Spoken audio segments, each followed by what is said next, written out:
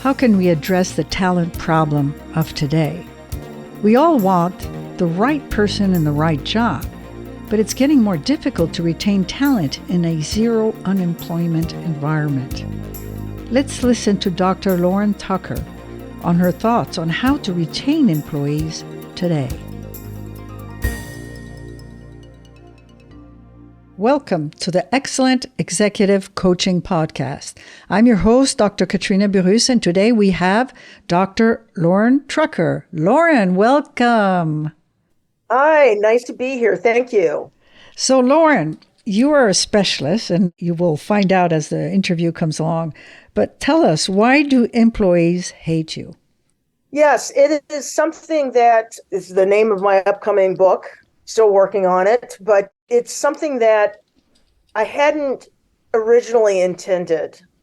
I was going to pull my punches on the name, but as I have been inside the C-suites of my clients, consulting with them and looking at the data, we have a problem here. And that problem is that talent is being alienated. And I talk about it as the talent force. We're way beyond labor and workers. I use the word employees begrudgingly because that is, the relationship that we're really focused on. But I talk about talent. And today's talent is more educated, more knowledgeable, more creative, more innovative than it has been in the past. Even folks that you might consider to be manual talent. This is a world that's driven and an economy that's driven by knowledge, creativity, innovation, and service. And they are realizing their power in today's economy in ways that today's corporate leaders, many of them, refuse to acknowledge. And what we see in the data is a growing disengagement globally, not just in the United States, but globally. In fact, marginally, U.S. employees are a little bit more engaged than their global peers. But we're seeing a growing divide in terms of how the talent feels about today's corporate work experience and how leaders think about today's work experience. And that divide is growing. And it is making it very difficult, especially for middle managers and human resource leaders and managers, to get great people, not the best people. I talk about getting great people. Those are people that are right for the right time in your business to do the right jobs. And we are at almost zero unemployment in the United States, but I argue that we need to think about talent scarcity all the time, regardless of what the unemployment numbers are, because it's about getting the right people in the right jobs for your company in this time in its history, in its evolution. Yeah, so you say employees hate you. So how do you encapsulate that in what you're saying? Well, I think employees, a lot of times, and I've said it often in my business in inclusion management, and I'll talk about that in a minute, but the bottom line is employees have been alienated by overwork.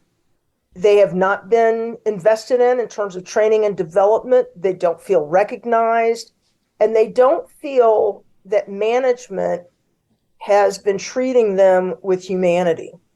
They feel as though management and corporate leaders look at them as replaceable commodities that are just assets to be managed rather than humans to be engaged.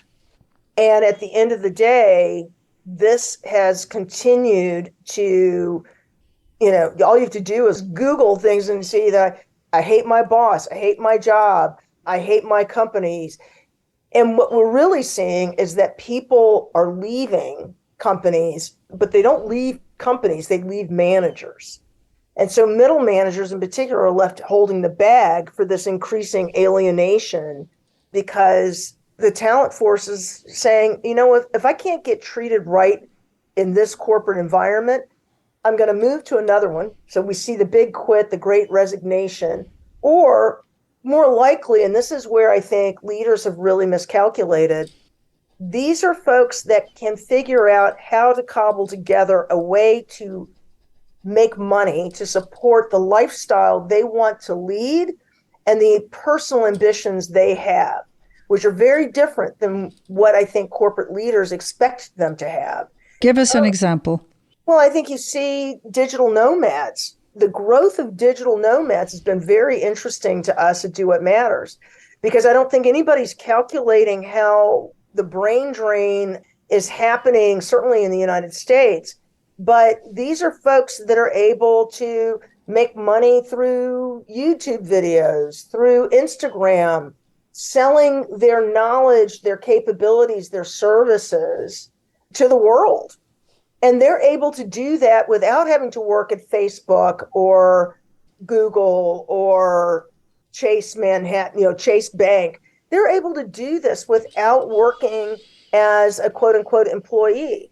So if you're not giving them a compelling work experience as an employee, then they'll find other ways to support the lifestyle they want to lead. And the lifestyles they want to lead are not the search for ambition, power, and money, which I think is what many people like CEOs like Jamie Dimon, they expect people to be hustling to get their jobs. It's like, one of the best examples I can give is, and people should have paid attention to it when this movie came out, which is The Devil Wears Prada.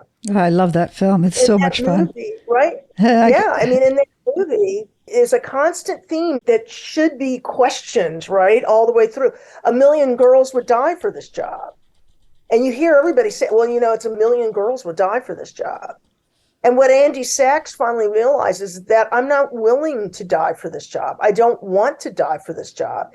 And more importantly, at the end, spoiler alert for anybody who hasn't seen the movie, Miranda Priestley, the head of the company, says, well, everybody wants to be me. And that's the big mistake that today's C-suite leaders make, is assuming that today's talent force, that the majority of today's talent force are willing to spend time on a treadmill to nowhere because somehow they're chasing that brass ring of being an executive, being in the C-suite, so they can be like Miranda Priestley. Yeah. So you've told us all the issues about employees. So tell us a little bit now how to use inclusion management and how leaders can use it to manage in the 21st century. So what should they do? So at the end of the day, too many people keep talking about DEI. And what I like to say is you don't have a diversity problem. And I say this to all of my clients. You don't have a diversity problem. You have a talent problem. More importantly, your talent has a problem with you. And the things that Black and brown folks want, women want, other ethnicities, LGBTQ want, they want the same things as everybody else. They want to be treated with respect. They want work that is meaningful. They want to be heard, valued, seen, and productive and respected. And so inclusion management is really about activating on that.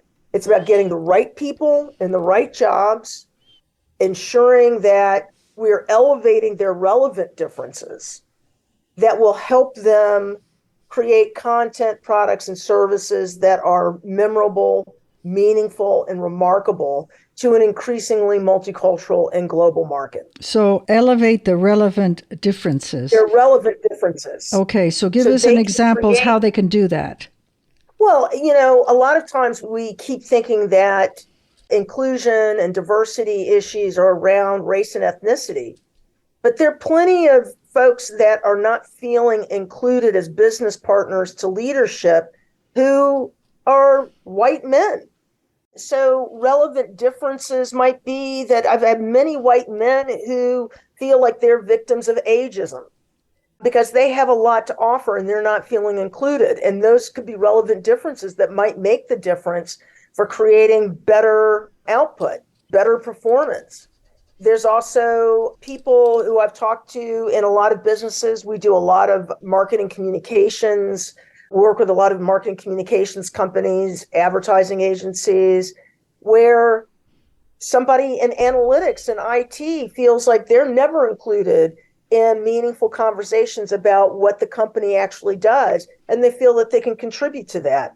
So when we talk about elevating relevant differences, it isn't always just about race and ethnicity or even gender or ethnicity. It's about, are we getting the right people in the right room?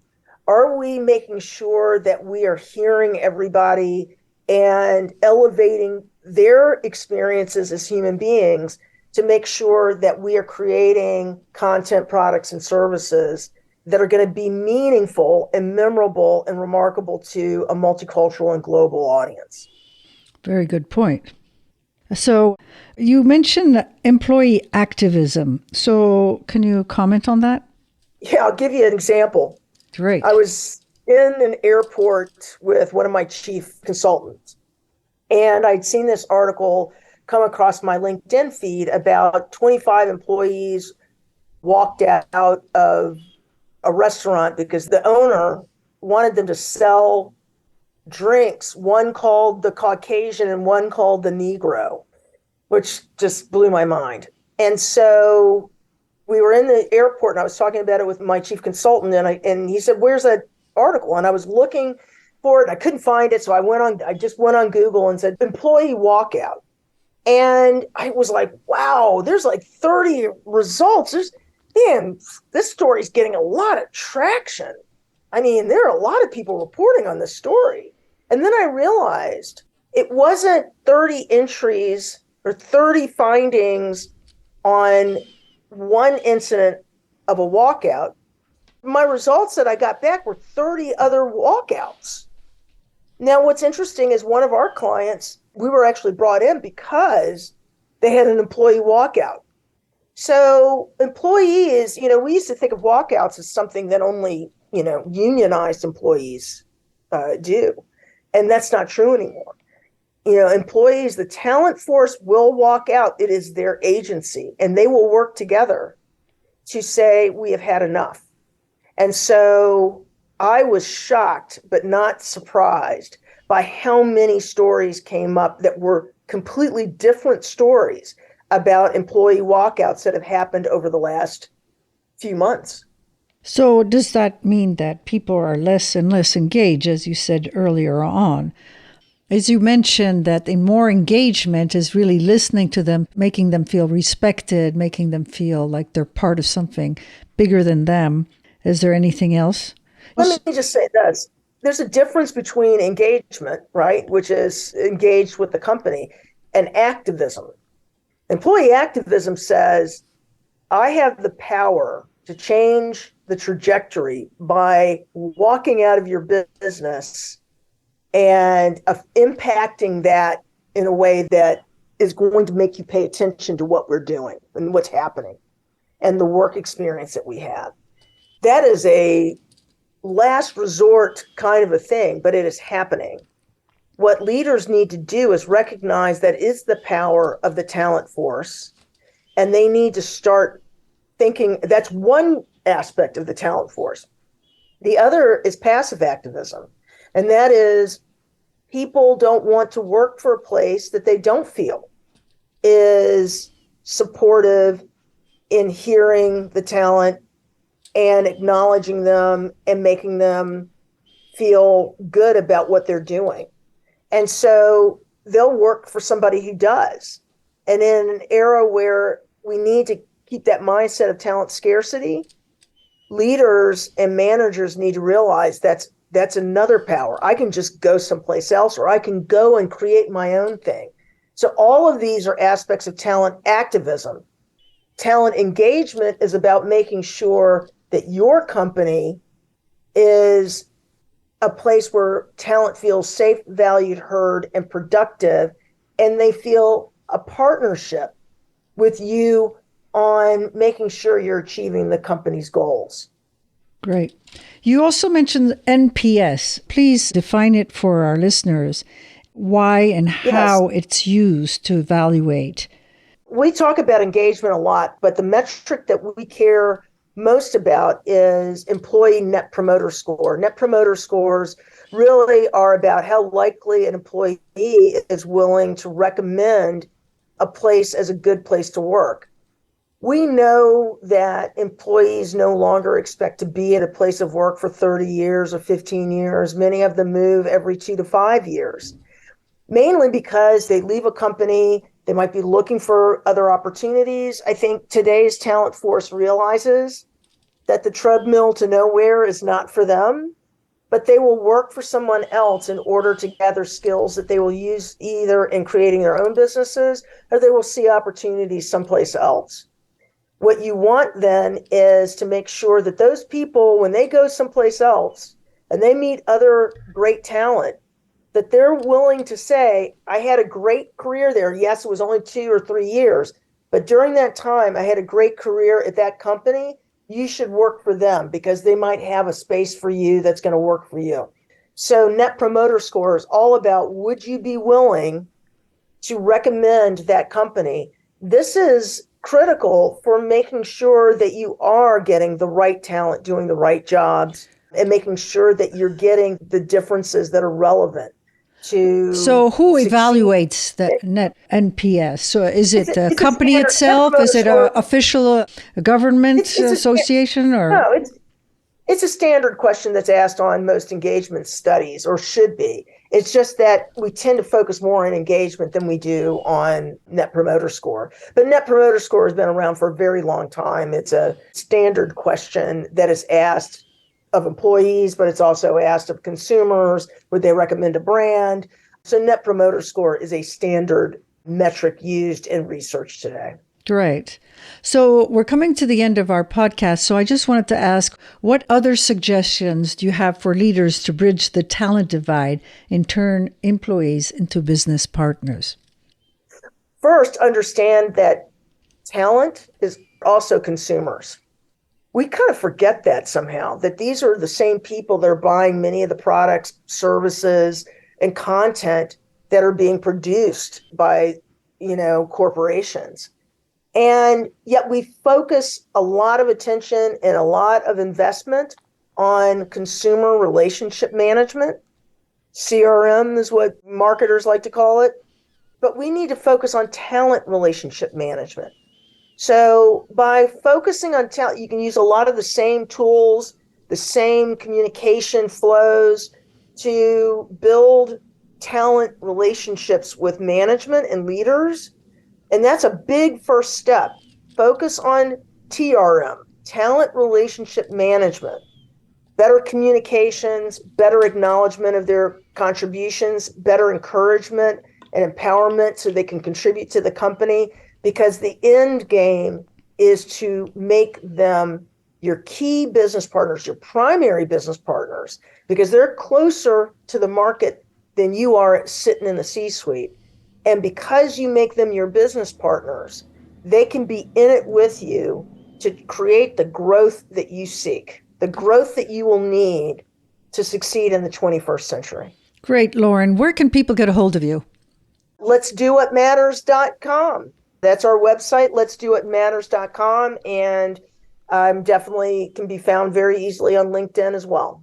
Great. Thank you so very much, Lauren. Absolutely. My pleasure. Thanks for having me.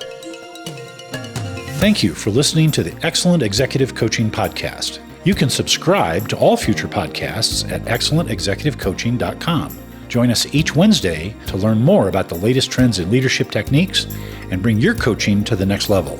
To learn more about Dr. Burris' CEO Mastermind, use the contact form at excellentexecutivecoaching.com.